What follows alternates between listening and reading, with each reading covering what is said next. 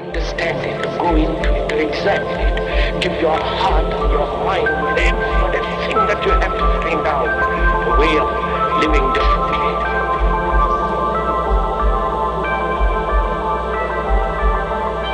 But that depends on you and not somebody else.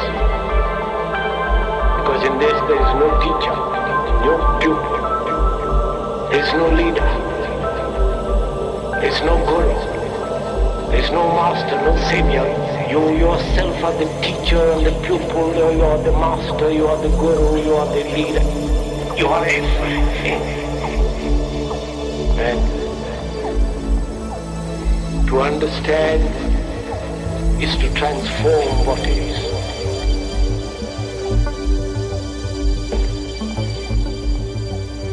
To understand is to...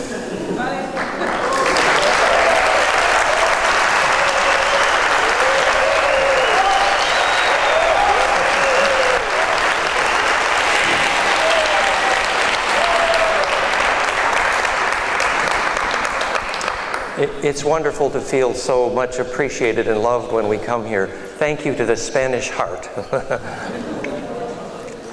Thank you to the spirit and gentleness that is the Spanish culture. It's a beautiful thing. So, the title of today's lecture is called The Flame in the Mind. The Flame in the Mind. The concept here is that if we understand how you make a fire, how you make a flame with your mind, that we will also understand the solution to zero-point energy, free energy, implosion energy, and fusion. So if we understand how you make a fire with your mind, if we really understand the physics of consciousness, the flame in the mind, we'll understand the solution to our energy crisis, the solution to fusion, the solution to plasma. So to begin, I want to tell a little story. I used to be privileged to be invited to speak at the Cherokee Shaman conferences in Sunray Meditation Society in Vermont, sponsored by the famous Dahani Wahu, who was a very famous Cherokee grandmother and shaman. And actually I feel her energy as I speak her name. And one day I was doing a lecture there, and this is just incidental, but we were teaching about some origins of the alphabet work. And you know how we've taught for years about how alphabet letters make a flame in your mind. We'll play the animations later. But I was showing the Hani Wahu, the Cherokee, the Native American, I was showing them the sacred letters of the Ophanim Enochian here, the angel alphabet, Ophanim. Many of you have seen this.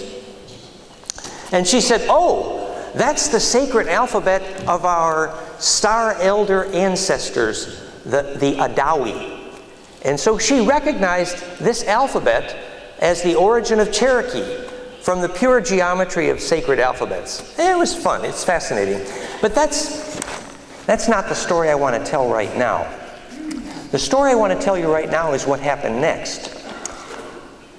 They had constructed a circle of trees for what they called the Cherokee Sacred Council of Elders. They called it the Arboretum.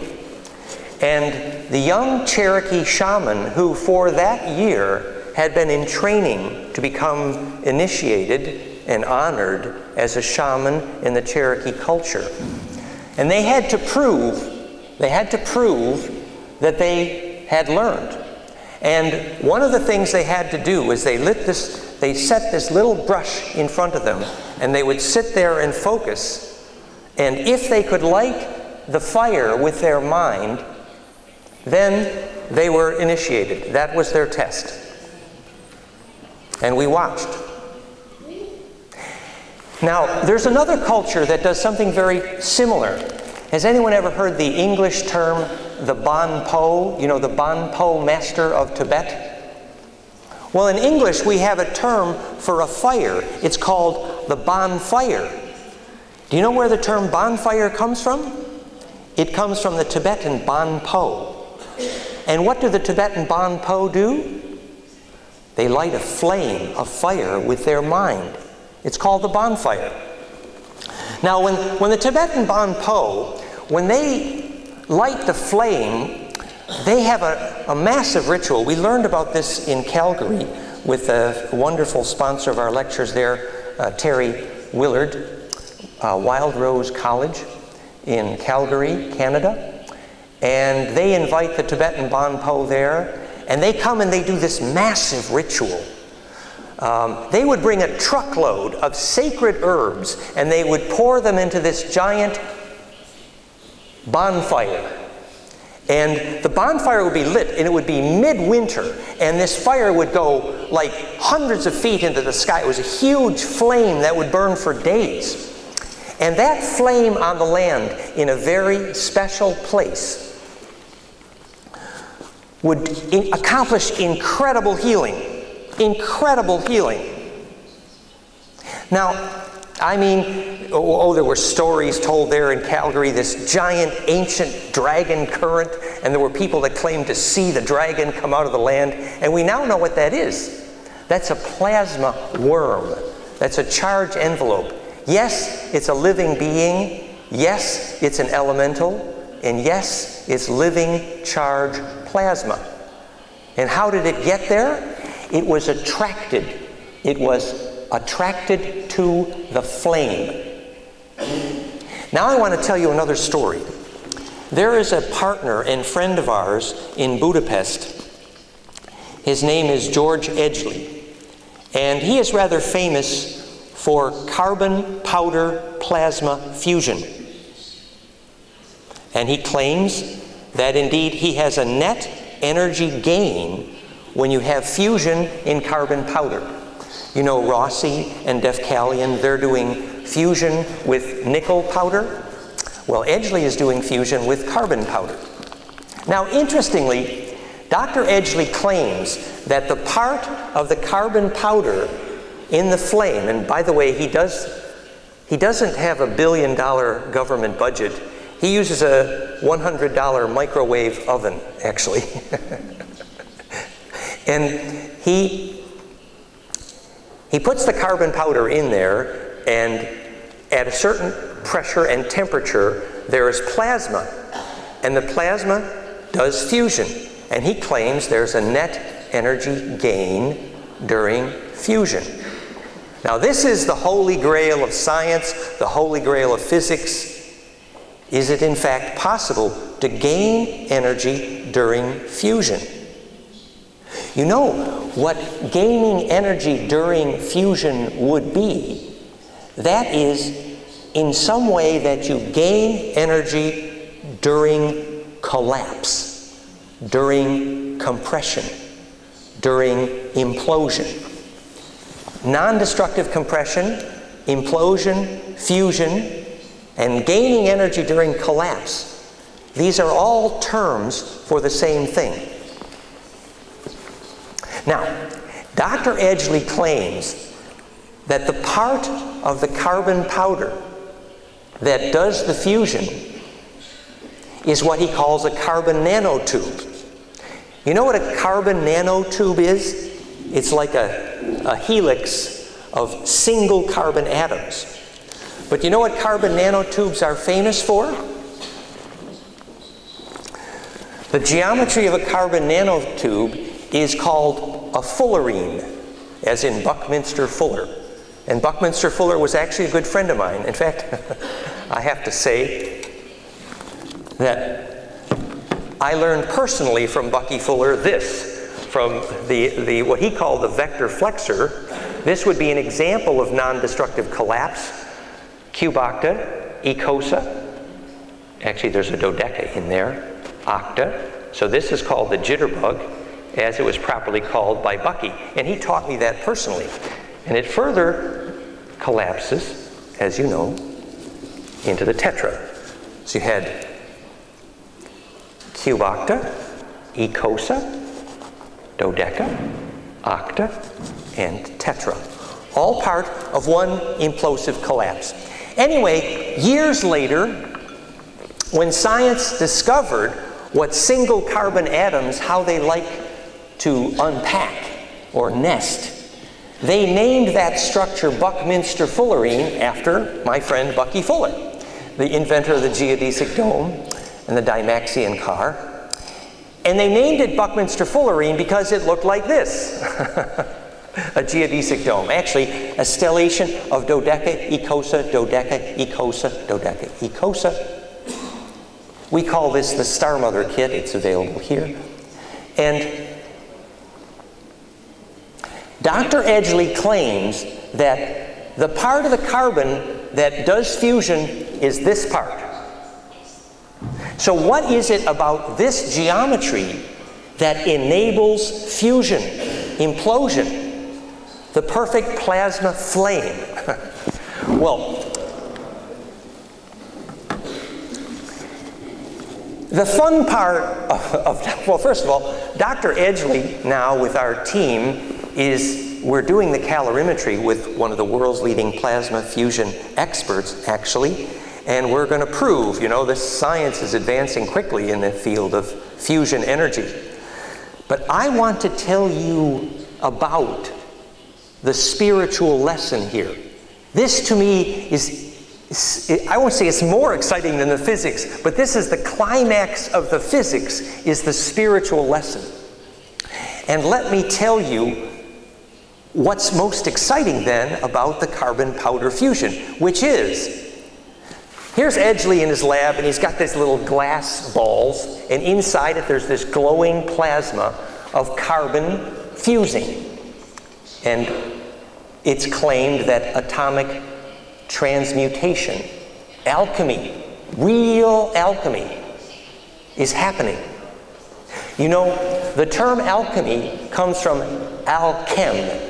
Chem, K-H-E-M, was the original name for Egypt because it meant from the place of the blue-black blood. Blue-black blood. Enki's blood, Hermes. They were the black pharaohs. And it came to mean from the place of the bucanero, the black hole. So chem, as in alchemy and chemistry, transliterated means access to the place of the black hole. Literally, ability to make a black hole is how you transliterate the word chem, as in chemistry, alchemy. And when the early biblical scholars in the Bible, when they said, I will raise a Shem, a Chem, I will raise a Shem unto the Lord. That word Shem, which became our word Shem'an, a shaman, as in a Cherokee shaman, a Shem'an. In the Bible, the word Shem, I will raise a Shem unto the Lord. When you now read the Bible, that is your word, the altar in the church. So, an altar in a church is actually a Shem. Now, Zechariah Sitchin, he studied this term, Shem, from Sumerian for years. And finally, he decided to translate the word Shem to mean highward fire stone. A firestone that goes into the sky. Literally, a flame. So some kind of stone that makes plasma into a flame is the definition of altar in the church. Now you know that if you put the stones in Stonehenge in the right geometry, it creates a flame of electric charge that dramatically causes seeds to germinate better and faster. So this is some kind of flame also, isn't it? It's a plasma flame. Now, the fun part of what Dr. Edgley is doing, and you can see pictures at greentechinfo.eu, greentech, T-E-C-H, info.eu. Dr. Edgley in Budapest, carbon powder plasma fusion. Here's the fun part. This is what I'm challenging you scientists here with me today. I'm challenging you to explain this to me. Dr. Edgley is quite sure that when he has this plasma flame going, that anybody nearby that has a cold or an infection or is sick is healed. Oh yeah. This plasma fusion is absolutely, measurably a bioactive field, a healing field. You get plasma fusion going correctly, the opposite of fission, and suddenly everyone nearby is healed. Hello? Ask him. It's real. It's serious science. So now here we are, serious scientists. We need to know what it is about that kind of plasma flame that causes healing. Here are some clues. There's a famous French scientist named Priory who used what's called a phase conjugate dielectric field. The Priory device, P-R-I-O-R-E. Priory, very famous. Tom Bearden wrote about it extensively. Bill may mention it after me. But the Priory device was implosive plasma, phase conjugate optics and dielectrics, phase conjugate optics and dielectrics, a flame. And in there, the French government documented in that field thousands of cases of cancer were healed, documented by the government. Elizabeth Rauscher took the same frequencies, which are called phase conjugate, for magnets and did an FDA study, showed dramatic pain reduction inside the compression flame, the compression field. The same frequencies, phase conjugate magnetics. And we can show you the equation for those frequencies later. It's called phase conjugate magnetics. Now, I don't want to get into the really fancy physics right away. I want us to really grok the meaning of this, the implication of this. And so I want to really get to this issue of how you make a flame with your mind. Because if you knew how, you would be steering tornadoes, you would be making plasma fusion energies, you would be a sun god, you know? You would be the Holy Grail, right? So I'm asking you and me today if we can learn how to make a flame with our mind. And I'm asking you as an electric engineer. You know that for many years, my partner Valerie and I have been traveling the world, and I pioneered a technology called the Bliss Tuner. Bliss Tuner. And with the Bliss Tuner, we were able to measure. This is a lady in Australia having a bliss experience. And just at this moment right here, she's going, ah, ah, ah. And there are 1, 2, 3, 4, 5 harmonics in her brain waves precisely at golden mean ratio. There's been a lot of discussion here in this conference already about golden mean ratio. Well, I pioneered the measurement of golden mean ratio in brain waves. This is, on the right is your right hemisphere, on the left is the left hemisphere. This is the delta, theta, this is the alpha in the brain waves. This is alpha at around 8.5 hertz there. And you see, when these lines line up here, the computer is telling us that she has achieved golden mean ratio between the frequency of the alpha, which is here, and the frequency of the beta, which is here. There it is. In fact, maybe I'll just pause that a moment. Yeah. So from here at 8.5 hertz to here at just under 14 hertz, The ratio between the frequencies of the alpha and the beta, is golden mean. Now, so this led me to hypothesize that golden mean ratio in brain waves correlated to peak perception, bliss, euphoria, ecstasy. And others before me had worked in that direction. My good friend, Professor Konstantin Korotkov in Russia, did a lot of work in that area. So we came up with a model of what is peak perception, golden mean ratio in EEG. And it kind of looks like this. This is what your brain waves are doing. Your brain waves are making these harmonics called a caduceus, which in physics is called conjugating phases. Conjugate means to add and multiply recursively, which is exactly what only golden mean ratio allows. So you get these two, we call it two pine cones kissing noses. Did I put that animation in here? When two pine cones kiss noses, oh, here we have the pine cones kissing noses. Here's the two pine cones right here on the bottom right. Right there. You see the two pine cones right there?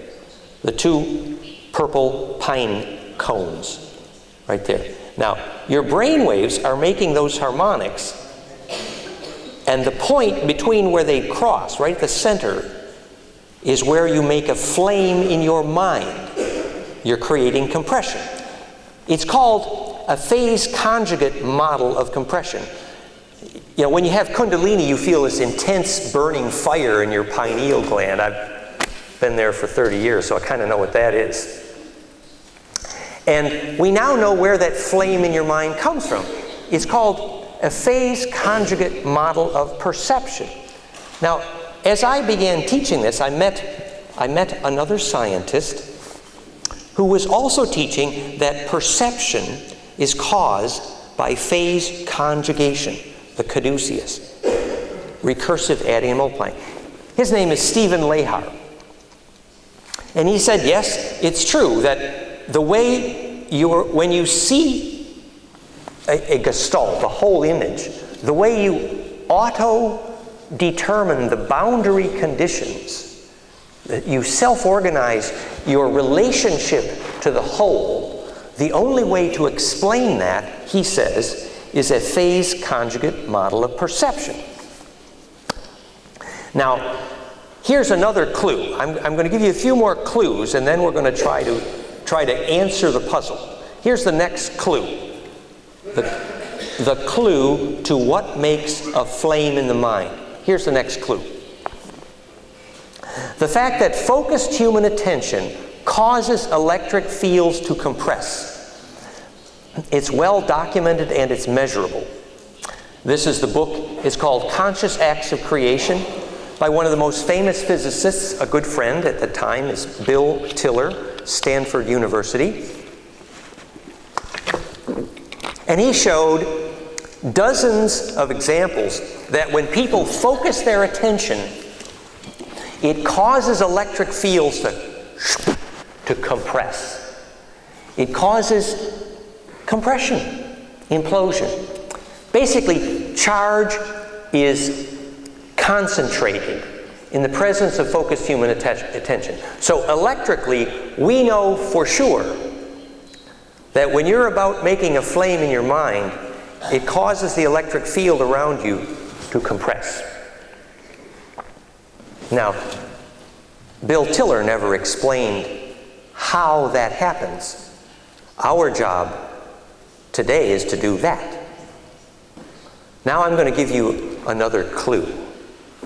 There's another famous person. His name is Ingo Swann. My friend Bill Donovan, who's speaking after me today, helped me understand this. I'd like to acknowledge Bill for this part of it. Bill pointed out that when they found out that Ingo Swann, he was a famous psychic, you might have heard of him. He did remote viewing to the backside of the moon. and discovered there's some astral parasites there, very messy. But Ingo Swann was famous that when he used his focused attention, call it psychokinesis, that it would restore damaged trypsin enzymes, life.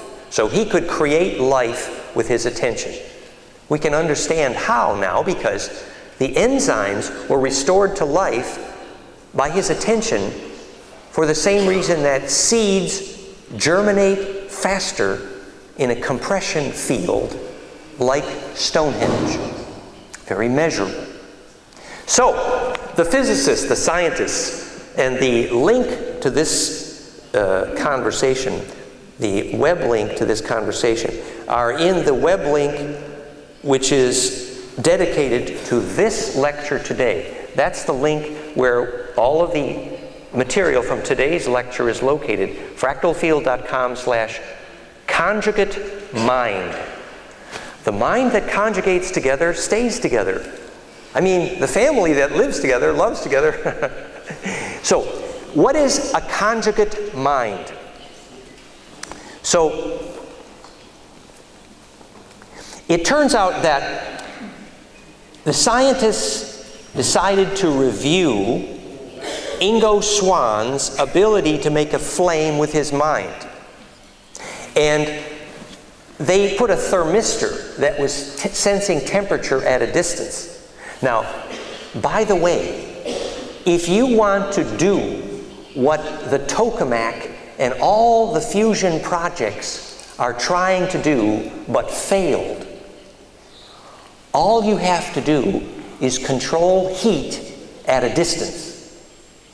If you can control heat at a distance, for example, through a metal container, you are the answer to plasma fusion. It's called plasma containment. It's the biggest problem out there. Ask Nassim. He talks about it all the time. Didn't figure out the answer, but he knows the question. So, to be able to control the heat at a distance means you have control of fusion. So they did some studies with Ingo Swann because he seemed to be able to control heat at a distance. So here's a thermistor. Instead of a flame, it's a temperature sensor. And they put it at a distance, and sure enough, he focuses, and the thermistor starts to get hot. Flame with your mind. So they said, we got to figure out how he's doing that. So they put a metal screen between Ingo Swann and the thermistor, and they grounded that metal screen. Now, if you're an electrical engineer like Bill, you know that no electromagnetic normal frequency, no radio waves, no microwave, nothing is going to get through a metal screen that's grounded. Nothing. Guess what? Consistently, through the grounded metal screen, Ingo Swann could radiate his focus, that thermistor, make a flame with his mind at a distance through the screen. That means that he was using some kind of wave that can go through anything. Does that sound like God to you? Does that sound like the spiritual literature about the Holy Ghost? Hello? Well, it turns out that there is one kind of wave in physics that can go through just about anything. It's called a longitudinal wave.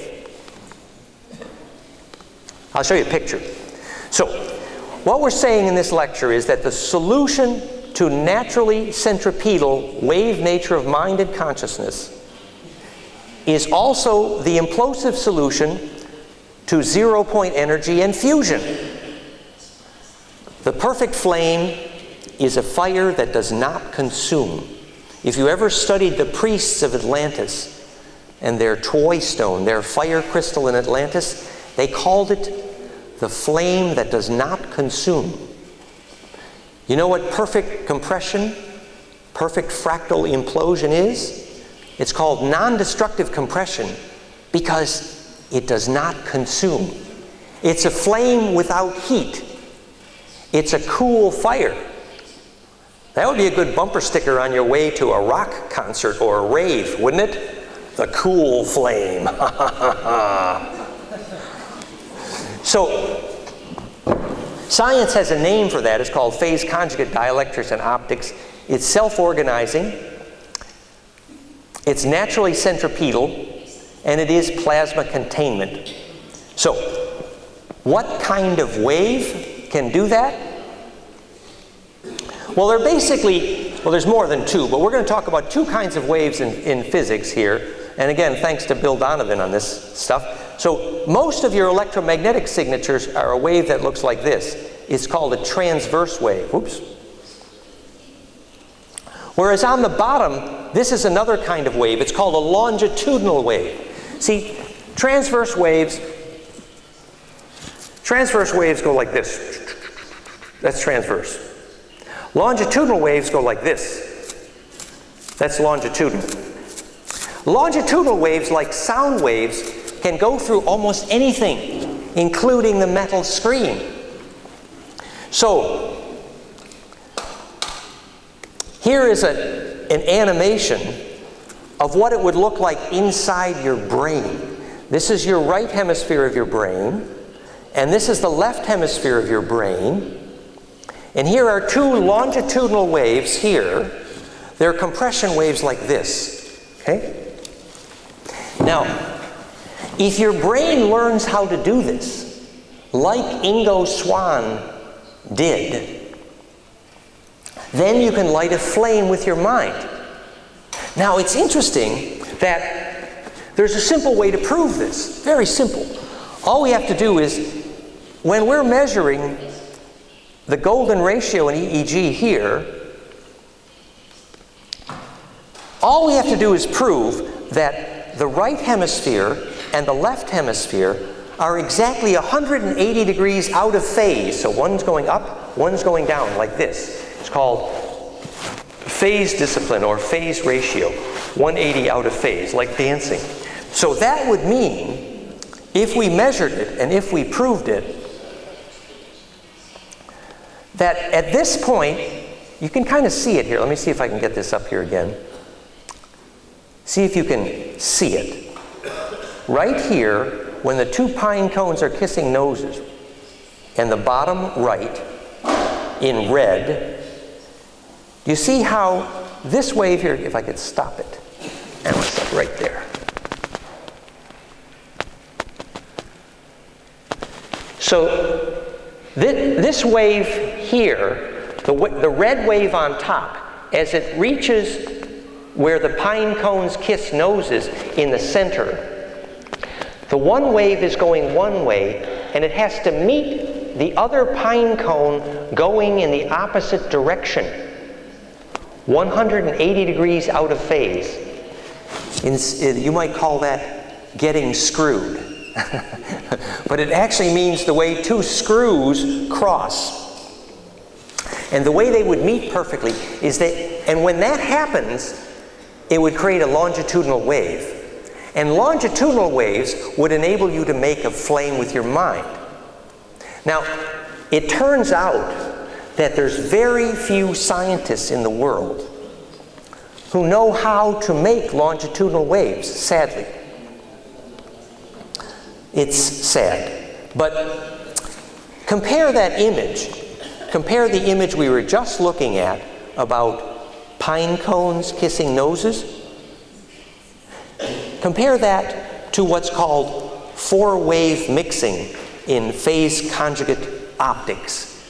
It's just, if you arrange for lasers to meet like that, it's called a phase conjugate mirror. You know, when Alice was in the looking glass and then she noticed that the milk was not nourishing because when you're in a mirror, supposing you're living inside a mirror, inside a mirror, the helix is going to go the wrong way, isn't it? Well, it turns out that all living proteins have a helix that goes one way only. It's called enantiomorphism. And if the helix goes the wrong way, then your body cannot absorb it. NutraSweet, I think, is an example of a helix that went the wrong way, and so your body doesn't absorb it. Well, when Alice was in the looking glass, she says, "This milk, it's not nourishing." Guess what? She was in a phase conjugate mirror. She was in the mirror, and the helix was going the wrong way, up the down staircase. And when the helix goes the wrong way, biology cannot absorb that energy. And in physics, this is called a phase conjugate mirror. And when light bounces off a phase conjugate mirror, does anybody know? I will give you a clue. When my friend Bob Zawada, he taught phase conjugate optics. And when you called him on the telephone, his answering machine says, "Please leave a message, and I will phase conjugate back to you in the near past." Because in phase conjugate optics, they call it time reversal. They call it time reversal when they teach it in a physics class. But what they mean is that the waves return to a previous state of greater order. I repeat, the wave returns to a previous state of greater order. Now, why would that be important to you? Well, there's another friend of ours, both Bill and I work with him. His name is Guy Obolensky. Guy Obolensky in Sloatsburg, New York. And he is perhaps one of the world's living experts on Tesla, maybe also Bill. And sure enough, Guy Obolensky built a device to phase conjugate electric fields, and you can pay him and go over there and get inside in order to phase conjugate back to the near past. I mean, in order to get younger. Oh yeah, you can buy it. It's a fountain of youth. It's real. It's possible. Yes, you can reverse aging. Absolutely. It's been done in physics a long time. In physics, the way they proved it, if a bar of steel gets rusty, you can de-rust the steel by taking it back to the past. Ain't it cool? Now, there's one little complication here. As you're making your plans to get younger, I need to tell you there's a caveat, there's a condition. There's always condition, isn't there? It couldn't have been that good, right? The condition is that you can only go back to a past where it is a state of greater order. You cannot return to disorder. That's going to be my new bumper sticker, I think. I'll put that right here. You cannot return to disorder. You know, a messy house can't return to disorder. No. I mean, I want to go backwards in time. You can't return to disorder. I want to return to my youth. Well, if your body was in a disordered state. Now, why can you only go do time travel to the past if you are returning to a state of greater order? I will tell you that's physics for sure. And I will tell you it has everything to do with the flame in the mind. You know what the real fountain of youth is? Guess what it is? It's a flame in the mind. Yeah. Now, we could do the conversation about the biomechanics of Kundalini. Maybe we'll save that one for the moment. The conversation I want to do at the moment about this flame in the mind is regarding the science of alchemy. Now, you all know that we explained that the term alchemy means access to a black hole, which means non-destructive collapse. So when the mercury thin film is on the philosopher's stone and it's turning to gold, what's happening to the nucleus of mercury to change it to gold? It's plasma fusion. It's a charge collapse. Now, the reason I'm bringing this up is because it's possible to predict very accurately the frequencies and temperatures at which you can make all of these atoms transmute into their mirror, into their next element in the atomic table. The real physics of alchemy is teachable once you understand the flame in the mind. Now, my purpose here today is not to claim to do new physics, although we can. We clearly can do new physics. We have a dozen, within our own grasp, at least a dozen technologies, and Bill is going to show you pictures today where we understand the electrical engineering of a dozen or more different zero-point energy sources. Actually, from an electrical engineering standpoint, doing the hardware to make the zero-point energy is the easy part. Really, it's the easy part. You know what the hard part is? The hard part is the education so that we can use this in a self-empowered way. Because only if we understand the principle behind it can we use it without it destroying us.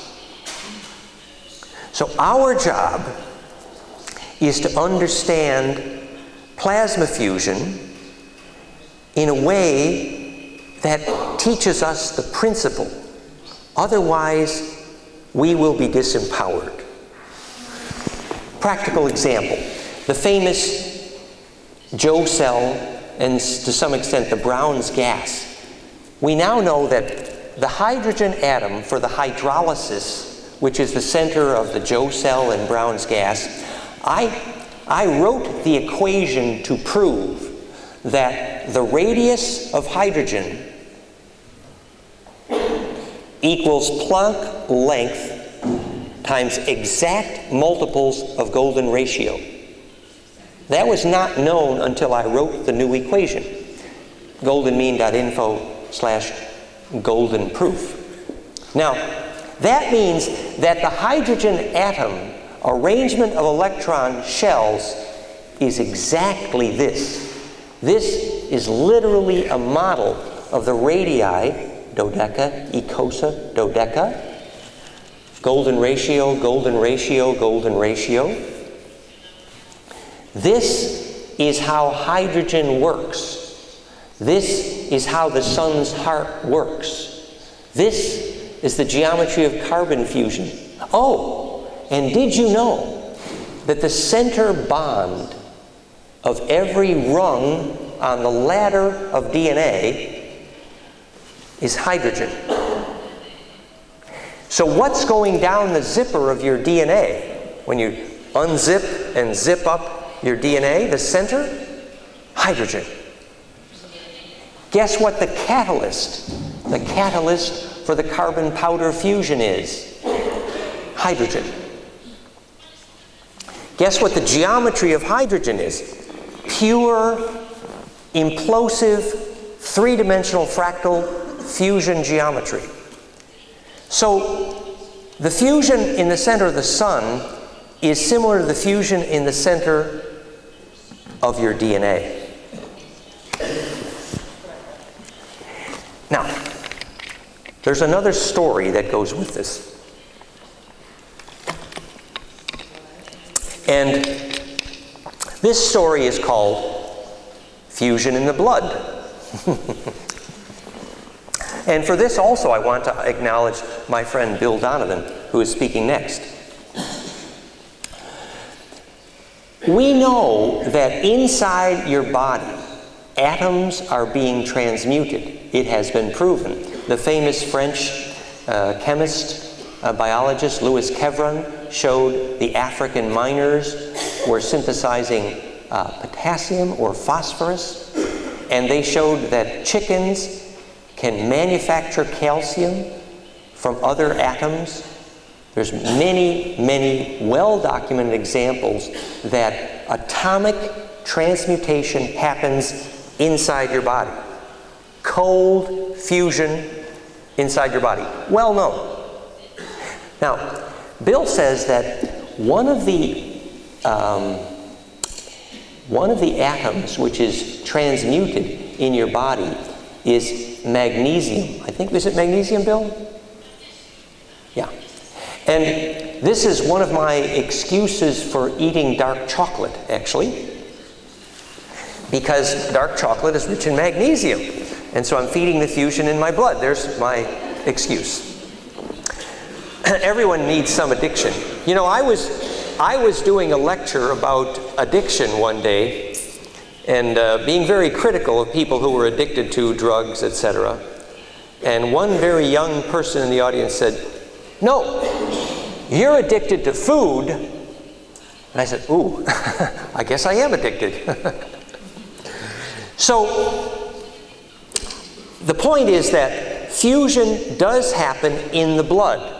Now, we know a lot about how the fusion is happening in the blood. First, we're going to look at the geometry of DNA to understand fusion in the blood. Most of you remember from earlier lectures that I have done the way DNA is measurably affected by human bliss. Remember, here we have the famous story, your heart harmonics. This is the electric field that causes your heart to fire. And this is the fractal harmonic inclusive heart, the frequencies in your heart. And when the frequencies are inclusive, phase coherent, there's more donuts, more implosion in the heart, which is called a fractal heart, is a healthy heart. So that means the short wave is embedded inside the long wave in your heart. It's called perfect nesting or perfect embedding. And this is the way Feng Shui is taught, and this is the way heart harmonics is taught for a fractal heart or a healthy heart. It's simply this, that when the long wave, fits on the short wave, or you could say, when the short wave fits perfectly inside the long wave, it's called embedding or nesting. I think you would call it sitting comfortably in the mind of God. Perfect nesting. So what happens in your DNA is, this is measurable now, it's been measured, that when your heart harmonics nest coherently, it causes the short wave to embed recursively in the long wave and actually increases the amount of braiding in your DNA. Now, we've been teaching this story for 20 years. We know the DNA braids recursively. The thread is braided into string. The string is braided into rope. The rope is braided into very thick, fat rope. We say the plot is thickening. Your DNA gets thicker. Well, eventually, this braiding in your DNA, like a Celtic knot, appears to pilastrate, which means to turn inside out. I would turn myself inside out for you, darling, the DNA said. And this turning inside out means that DNA becomes a big donut. There's a picture of DNA in a torus, in a donut. So in the center of that, DNA becomes toroidal. This is actually a photomicrograph right here of DNA in a torus, in a donut, just like this. There's one more really fun part of the story of Dr. George Edgley that I wanted to tell you about. The other half of his website is about his hobby, which is studying ball lightning. Are any of you familiar with ball lightning? Have you heard of ball lightning? When sometimes lightning comes in a house and it turns from a bolt of lightning, when the lightning beams cross, the lightning turns into a ball like this. Now, the thing that's really interesting when ball lightning forms is that there are documented stories that people can talk to ball lightning. Documented stories. In other words, here's the ball lightning comes in the room, somebody's having telepathy with their ball lightning, and they say, if you can hear me, go over there, and the ball lightning goes over there. And if you can hear me, oh yeah. It's well known that if you're the least bit telepathic or psychic, you can talk to ball lightning. Anybody know why? Why is it that ball lightning is telepathic? Ball lightning is like a photon. It's a donut. And in the center of the donut, there's a convergence place, harmonic convergence. At the center of the donut, where the plasma converges, it makes a kind of plasma radio, telepathy. Remember we were talking about Dr. Korotkov from Russia? He was following the Kogi to where they go to make phone calls to their ancestors, the shaman of this South American sacred tribe. And where they go to telephone their ancestors, he measured the electricity of the air, the charge, and he called it fractal air. And what he meant was, electrically, the place where you can telephone your ancestors is a place where charge distribution is perfect. Now, the way he measured that, we have three ways to measure that, but basically, in biologic or living architecture, you need to be able to measure whether the air is fractal. So, here it is. If you put a condenser under a tree, the condenser, the capacitor, in a sacred space under a sacred tree here, the electric field is very able to unpack. Charge distribution is invited. You can do a lot of physics around this, as Dr. Korotkov has, and you can show that you can consistently measure whether the space is sacred simply by whether the air, the air in the space is charge radiant. Whereas if you take the same device and put it inside a metal building, the electric field is trapped here. It cannot unpack. So this is the place electrically measured where it is possible to lucid dream. Circle of trees, stone circle, sacred architecture.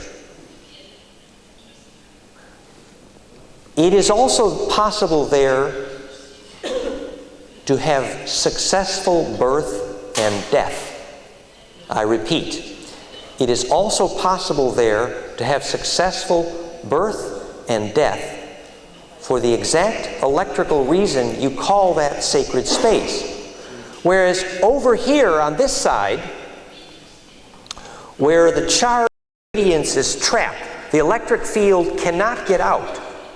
Waves of capacitive charge are not able to unpack.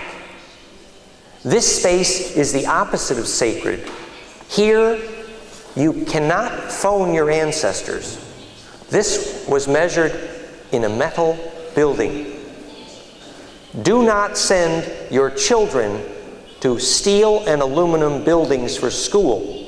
It is not okay for this electric reason.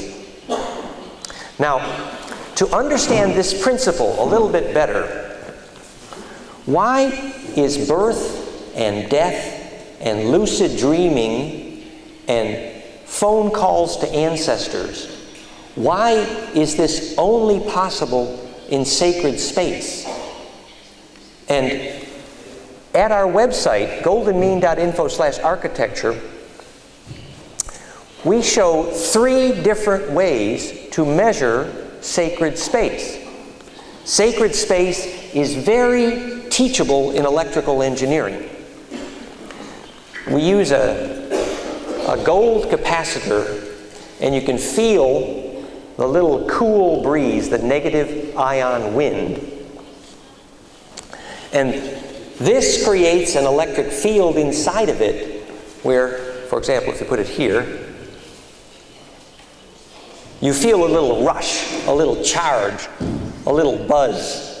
The same physics of why a king wears a gold crown, because it allows his aura to unpack. And that's the physics of how a king inhabits his kingdom. Arthur and the land are one. It means that to be the royal blood, you need to be the one whose charge is radiant enough to inhabit your kingdom, in the sense that you are the centripetal force that holds the land together. Now, the ability to lucid dream and the ability to take memory through death actually requires the understanding of what is the electrical engineering of heaven. Heaven. How do you say heaven in Spanish? Cielo. Thank you. Cielo. Like sky in French. So the sky is heaven in Spanish. Okay, all right. Well, famous author Lawrence Gardner was, in his book, The Sacred Ark, he was analyzing the electric field of white gold powder, sometimes called mana or ormes, or the spice, monoatomic gold, which later was called Holy Communion in church. He was analyzing the electric field. It turns out that the gold atom in the monoatomic state, the proton, the nuclear symmetry is doing this, and the electron symmetry is doing this. And the gold atom makes an electric field when it's white gold powder that produces gravity. White gold powder has been known to float. And your ancestors were eating the gold, the white gold powder, because they thought it would make them immortal, actually. That's how it became known as Holy Communion. And it was served, by the way, in a pine cone shaped wafer that you can see the carvings at Rennes-le-Château in France of the white gold powder. So Lawrence Gardner, in his book Sacred Ark, is analyzing the electric field, and he decided that because the electric field of the monoatomic gold is so huge, it makes an almost infinite electric field. And it's called, by the way, the same thing. It's called phase conjugate dielectric. And because that electric field is so big, so perfect, so distributed like a rose. You know the rose of Sharon in the Jewish tradition? Well, it turns out that in the Hebrew tradition, the name for heaven is called the Plains of Sharon. The Plains of Sharon. And according to his very, very scholarly analysis, the electric definition of the Plains of Sharon, an example of that is a perfectly unpacked electron. So, when I go to heaven, I'm going to be a perfectly unpacked electron. Doesn't that sound delightful? It's another way of saying to become a wave that's perfectly distributed. In English, the word for heaven comes from he, ave. He, ave, heaven. He, ave, heaven. He means the breath of charge. Ave means to take flight, to take wing. Ave, to fly. Avion, par avion, sounds Spanish to me. So, he ave, where the breath of charge takes flight, where charge can fly. Right? Remember how angry the Hopi grandfathers were when the U.S. government decided to put steel pipes in the old Aribi, the sacred burial ground of the Hopi.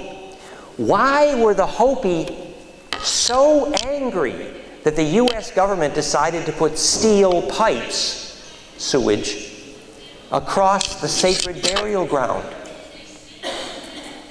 What did the Hopi ancestor know that the U.S. government did not know? The Hopi ancestor knew that the circulation of charge in that burial ground was fractal, phase conjugate, like a rose. And the only way ancestors live in memory is if that charge remains in circulation. Yes.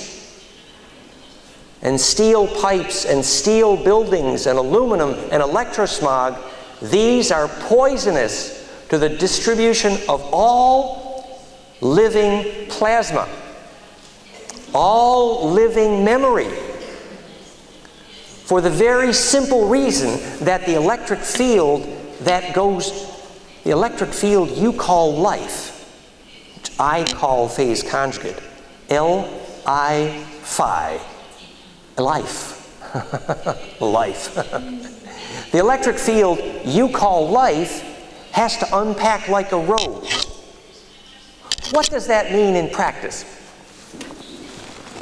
It means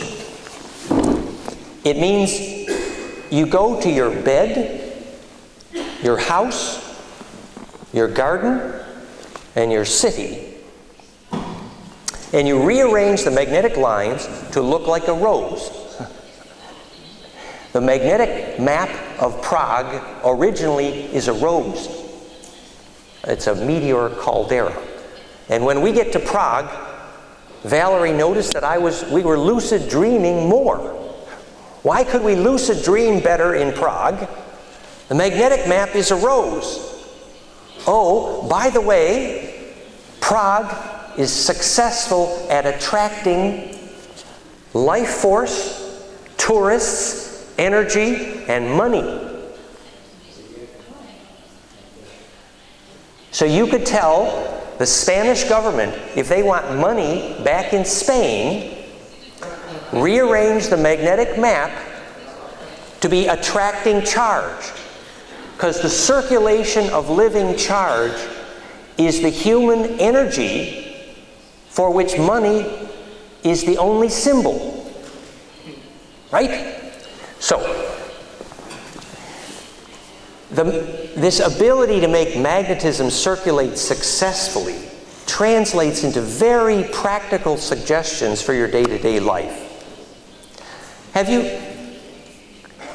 been to Switzerland in the mountains where you have the old-fashioned house? It's made of clay and natural materials and straw, all living biologic materials. And in many of those houses, there's a hole in the roof that points in the direction of a certain star, and they say, that's where grandmother goes out when she dies. Yeah? Same where the tube that points to Sirius from the Great Pyramid. Same principle. Now, you know, in Australia, I think they found out that houses with metal roof, you can't dream as well. Why does a steel or metal over your head reduce your ability to dream? Do you know? Well, we have some clues. In Australia, where the Aboriginals, let's see, we'll use this one, they found out that the place the Aboriginals called dreaming track or song line in Australia is actually measurable as a magnetic line. So that the ability to, let's see, I think it's in here, phase contour. So they were studying what were called song lines in the Australian Aboriginal tradition. Got to find that picture now. Here it is. It's from our friend Rob Gourlay in Australia. These are the white lines here. In white are the song line, the dreaming track. And the way the electrical engineers measure song line or dreaming track here in white, they do it from airplane and satellite magnetic flux permissivity, which is simply where rivers of magnetism are flowing in the land, magnetic conductivity, like the white lines, accurately identify what Aboriginals called dreaming track or song line. So, what's the physics? Why would you need a magnetic river for propagating your dreaming? Does anybody have a clue? Another prediction that spiritual scientists always say is that if you can lucid dream, you will take memory with you when you die. But if you cannot lucid dream, you will take less memory with you when you die. So lucid dreaming has something to do with memory, coherence of plasma. In Egyptian, the term for that is the origin of the term Catholic and Cathar. It was called your Ka in Egypt, K-A, which means your boat into the underworld. So if you get a coherent aura, then your plasma, your charge, can take wings, He Ave, to fly, and your magnetic plasma can go down the river, the river of magnetic conduction. Now, if the magnetic map of your bed and your house look like a rose, imagine how easy it is for birth and death and dreaming. Whereas if the magnetic map of your bed is a steel and aluminum building full of dead air and electro-smog, I tell you, you have a problem. It's the life force in the air itself that allows the charge to propagate. He Ave, plains of Sharon. Your breath of charge takes wings. I feel like I'm in heaven now. Do you see the principle? So this is just an introduction to the curriculum of living architecture and the alchemy of the flame in the mind. Let's see, what time is it? It's 6 o'clock. Before we go further, can we do questions here? Would anyone want to ask questions? Should we have some dialogue? Spontaneity? Anyone? Aren't ready for that. Well, if you have questions, feel free. The climax of this lecture is going to be about applying this to technology, to sacred space, to living agriculture, to living architecture. And I'm going to show you a presentation which is called the Fractal Field Team here, which has examples of things we're doing to create sacred space in practical terms. These are the websites, fractalfield.com, breakthroughtechnologies.com, theimploder.com, purify.com. And Breakthrough Technologies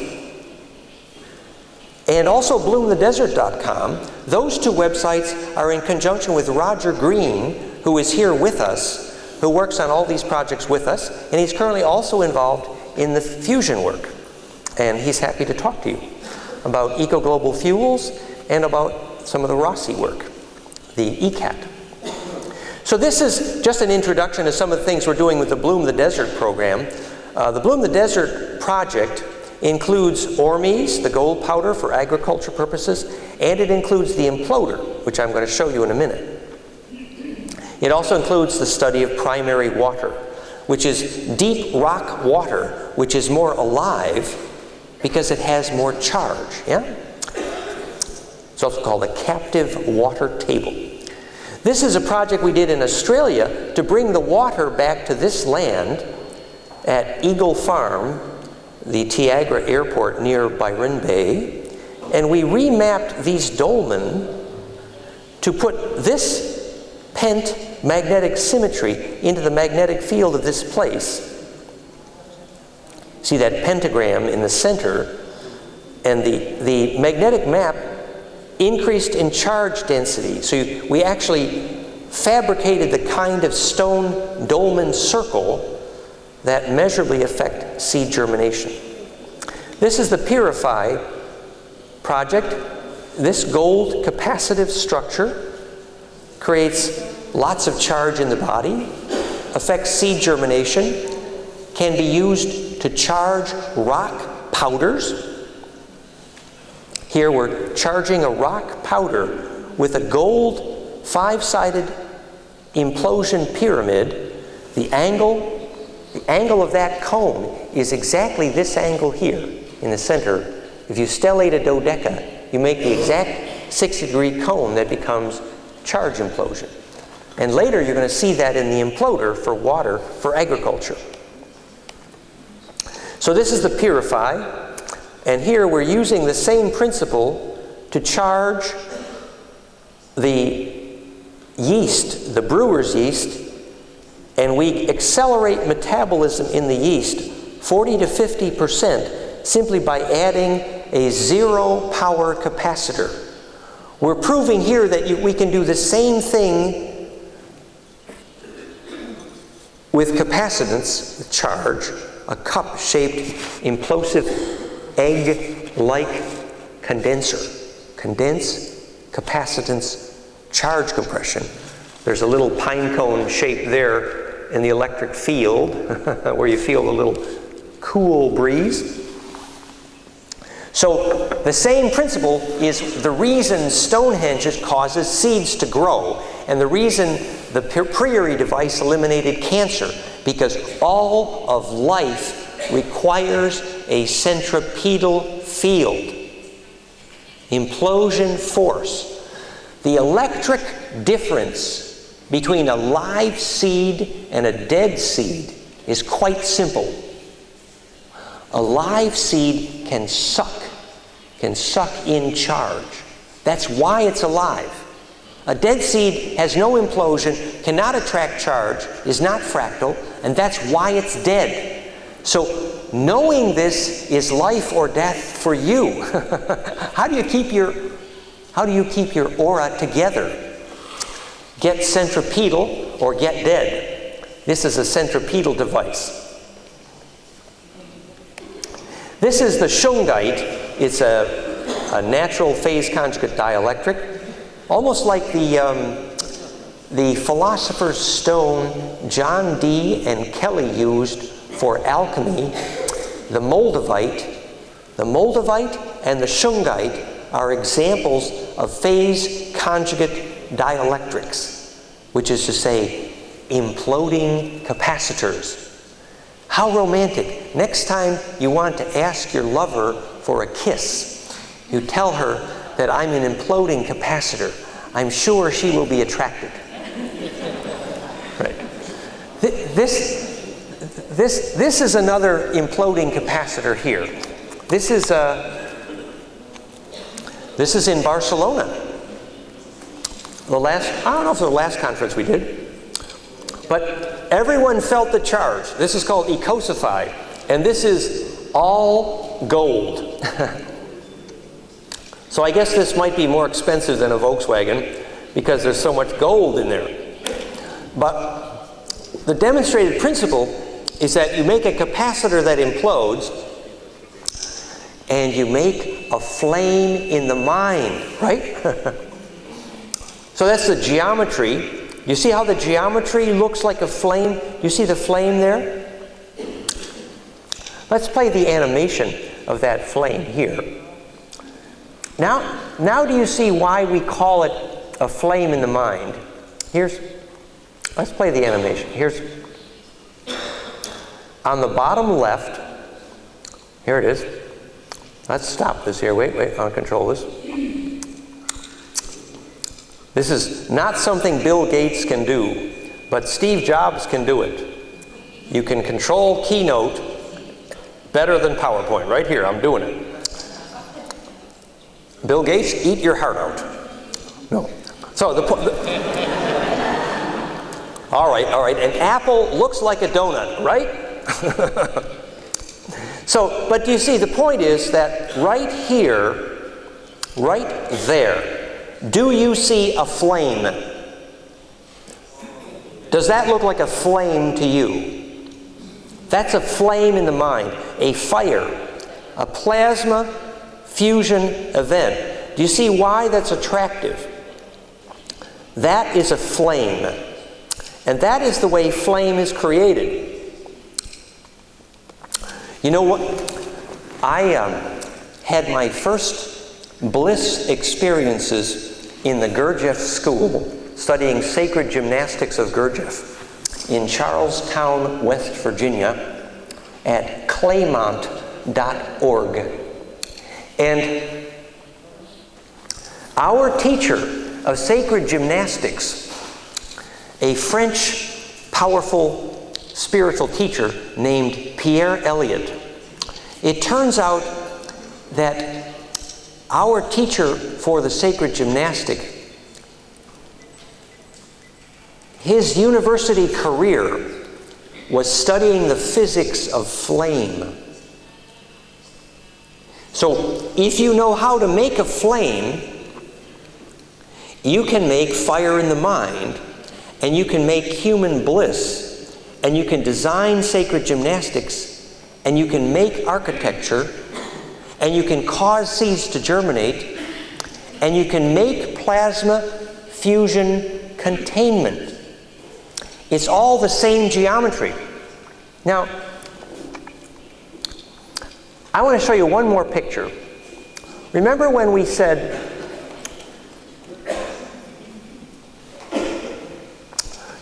that here are the waves, here are the longitudinal waves coming in like this, causing compression in your mind, right? And you got implosion in the center. And we said that's like phase conjugate optics, same thing, 4 waves mixing. But you would say, hey, that looks like a cube. That doesn't look like a dodecahedron, right? That's a cube. But here is the cube. Now I'm going to control this cube here. There's the cube. Here is from the Star Mother. Here's how that cube gets in a dodecahedron. There's the cube. And now that cube is nested in a dodeca, right there. See the cube in the dodeca? And now, this is called embedding. And the ratio of the edge of that cube, 1.0, to the edge of that dodecahedron, 0.618. Golden mean, right? And now I'm going to do perfect nesting or perfect embedding, which is to extend the charge from each vertex of the dodeca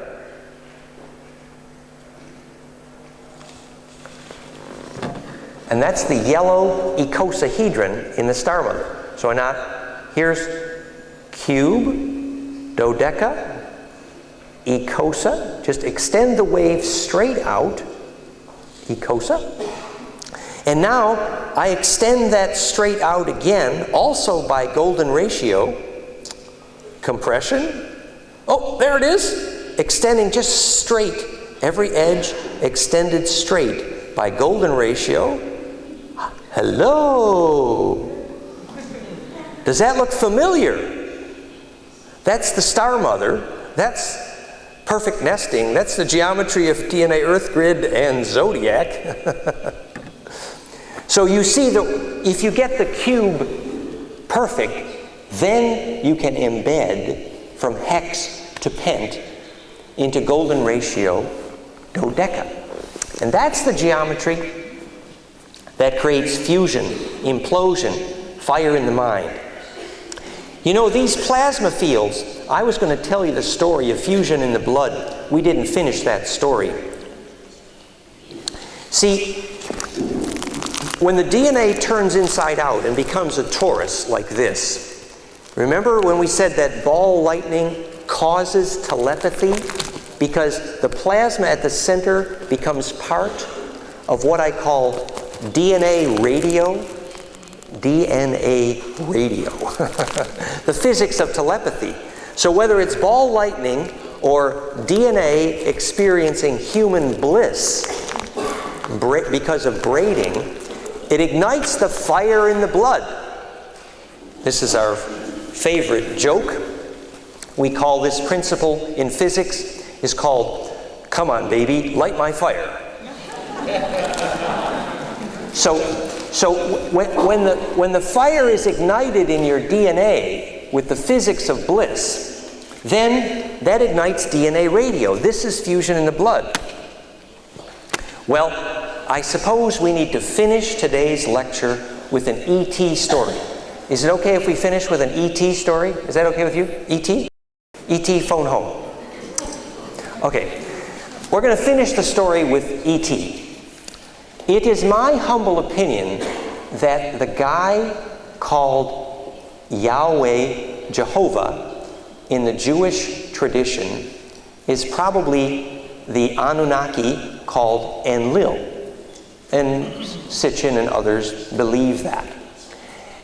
And Yahweh, Jehovah, taught that kosher required that the blood must be out of the meat before you eat it, right?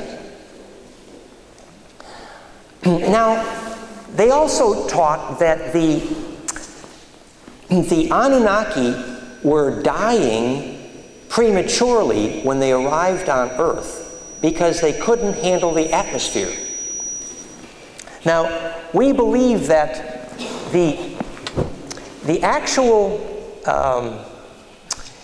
story of the Anunnaki is a story of what we call the Ages of Uras, U-R-A-S. The Ages of Uras is a story told by Anton Parks in the Chronicles of Girku. And they said that Enlil's brother, Enki, looked like this. a frog. And the website is Zeitlin.net about the ages of Uras. And he says that that culture, this Ur culture, and I want to show you the picture of the history of that term Ur. I'm doing this for a reason. Here is the Ur-An culture. Ur became An-Ur, Ungary, Ural, Urup, Ibi-Uru, Nibiru. I don't think the translator has a job here because these words are all self-explanatory. They're the roots of the term Uru, as in Heb-Uru, Ein Sof Ur, Ursprung, Uruk, Iraq. You see the term you are. Now, if you were studying the history of the planet and you saw this term Uras, you are you, in so many words in your language, would not you believe that in order to know the history of where we come from, we need to know who was Uru? I think, given the fact that Jerusalem, Uru Asa Elem, is a place where Uru, which Uru I believe means of the ancient dragon blood, Uru Asa Elem, Jerusalem, that's right, it's down here. Uru, ancient dragon blood, Asa, queen of, El, phase shift. So where the queen of the ancient dragon blood made the phase shift. Uru Asa Elem, Jerusalem. Probably we would not need a war over Jerusalem if we knew what it was for. A place where dragon blood can make the phase shift. So, who's this dragon blood, and what was the fire in their blood? Later, with help from Bill, we wrote a paper, and you can read the paper at fusionintheheart.com, about fusion in the blood. And specifically, we were studying the blood of our ancestors, the Anunnaki, the Uru, the Draco. We believe their roots were in Alpha Draconis, and whether you believe that or not is not important, but the chemistry of their blood is instructive.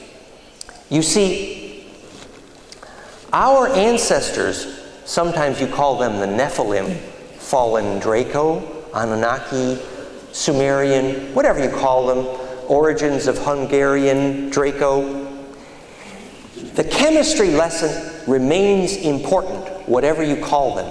The chemistry lesson is from their star system, their blood was lipid-based. Lipid, L-I-P-I-D. It was an oil, lipid-based blood. And for them, they were nitrogen breathing. It's called the plague of Azoth, the plague of nitrogen. And for them, oxygen was a poison. The wars they came from in Orion were called the Oxygen Wars for a reason. It's the basis of the movie Total Recall about the Oxygen Wars. It's those who want high oxygen versus those who want low oxygen. And if your blood chemistry is poisoned by oxygen, then obviously you don't want high oxygen. Also, for their lipid-based nitrogen-breathing blood, that the water in the blood of meat would be a poison to them. So the origin of the kosher in the Jewish tradition requires understanding Draco blood to understand where it came from.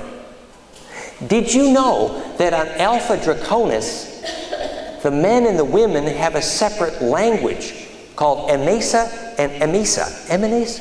Anton Parks describes in detail. And exactly the same is true for the Australian Aboriginals. The men and the women must have a different language by law. Do you know the rules that became the marriage law in Aboriginal Australia and caste system in India? Those rules come directly from Alpha Draconis. There's so much we need to know about our ancestors to understand ourselves. Did you know that the culture on Alpha Draconis was female dominated for a long time, and they came here with a fear of women? When I started studying in graduate school the history of Earth, I concluded the most dominant feature of the history of Earth is the fear of women. And I studied everywhere to figure out where did the fear of women came from.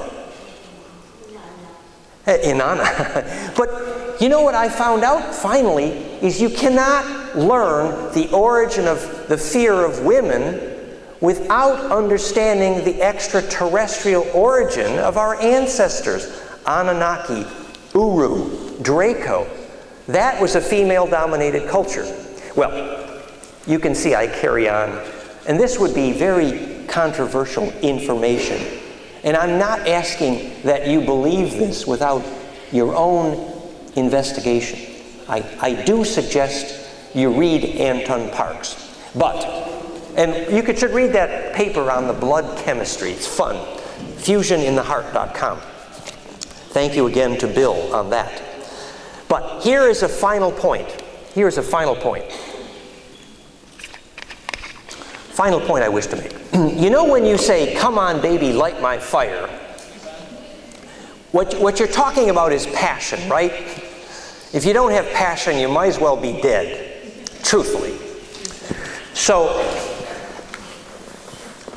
we electrical engineers, we would like to understand a little bit about the nature of passion.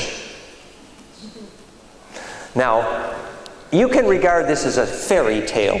I regard it as true history. But the story is that Enki, Ea, Samuel, when Enki selected which of the Rh negative rhesus monkey, which of the monkey blood he was going to genetically modify to make Adam and Eve, he chose a species where he saw that monkey exhibit compassion to other animals. And he had never seen compassion in his whole life before. And that's how he selected the monkey that would be fun to work with genetically. He saw passion. Now, in order to remember this story, you can make jokes at the expense of English people, if you like. You see, the greatest concentration of Rh negative blood on planet Earth is UK, United Kingdom. What does it mean to have a stiff upper lip? This is an old joke. Sorry, Valerie, my jokes are getting old. Sorry. But a stiff upper lip is when you're in the House of Lords and you have a stiff upper lip, you can't talk very well. But the physics is that when you're a little boy, if your mother, Elizabeth from Lizard Born, if your mother says, "Don't cry," to a little boy, the biophysics is it will cause your upper lip to get stiff. True physics. So the cause of a stiff upper lip is mother says, "Don't cry." It means repressed emotion. It's classic neurolinguistic programming, classic physics of emotion. So why do you have a stiff upper lip in England? Remember, we're going to make jokes about all the cultures, hopefully, but we'll just do British people for now. But the stiff upper lip means no passion, repressed emotion. What is Rh negative mean? Rh negative blood concentrated in UK means the rhesus monkey is absent. What's left? The reptilian, the Draco, right? Very intelligent, but stiff. Lack of passion. Why did they have lack of passion? Well, the rhesus monkey had passion and compassion, which Enki never saw before. The rhesus monkey blood was dominant. The reptilian blood was recessive. Very important to know. The inbreeding in the reptilians, you know, the story of the bloodlines of Europe, Holy Blood, Holy Grail. We could do the Da Vinci Code here very easily. But my point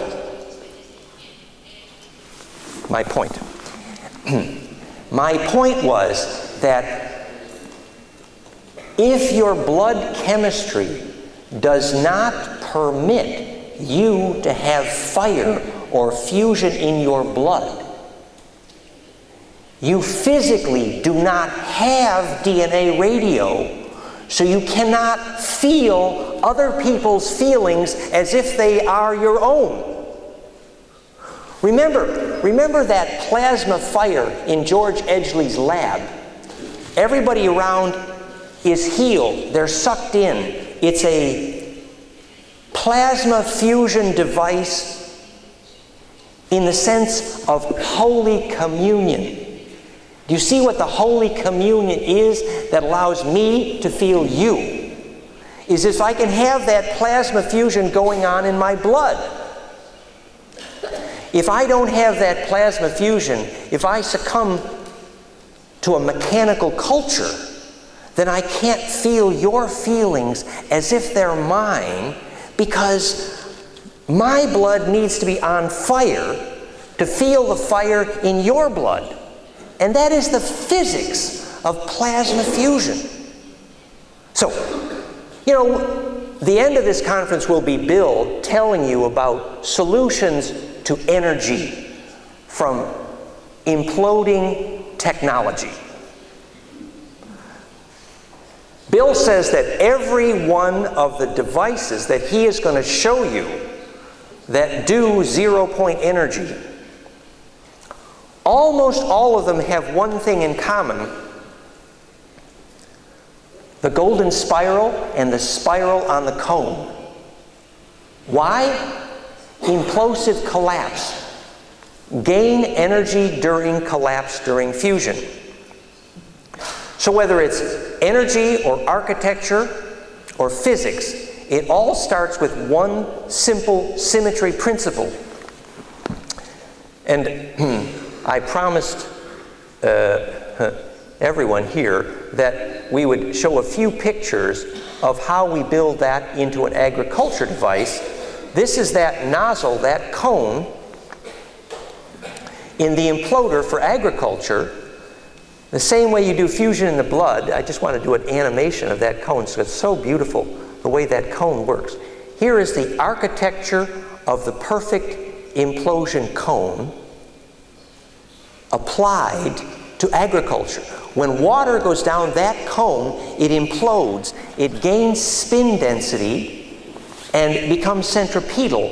And we have a dramatic effect on seed germination, on growth in agriculture. So much so that that's a successful commercial product, theimploder.com.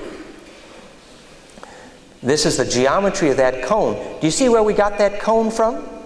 This is a practical application. Restored centripetal forces. Implosion for agriculture. So there are so many products that can be designed when you understand the nature of implosion. Restored centripetal force basically is our planet returning to a more ordered state. So, on that note, I urge you all to get fractal to be like the rose, and I thank you very much. Thank you.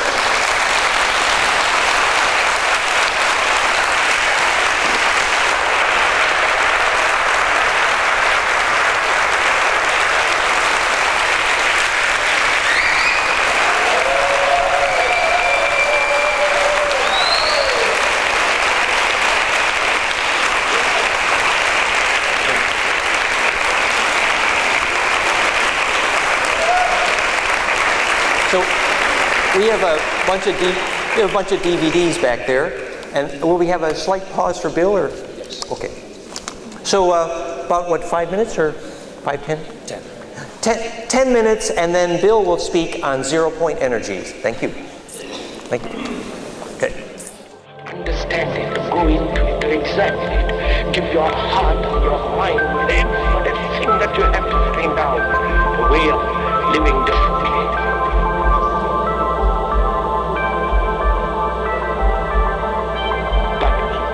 That depends on you and not somebody else.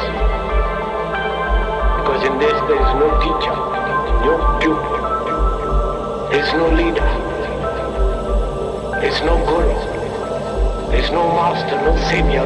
You yourself are the teacher and the pupil, you are the master, you are the guru, you are the leader. You are everything. And to understand is to transform what is.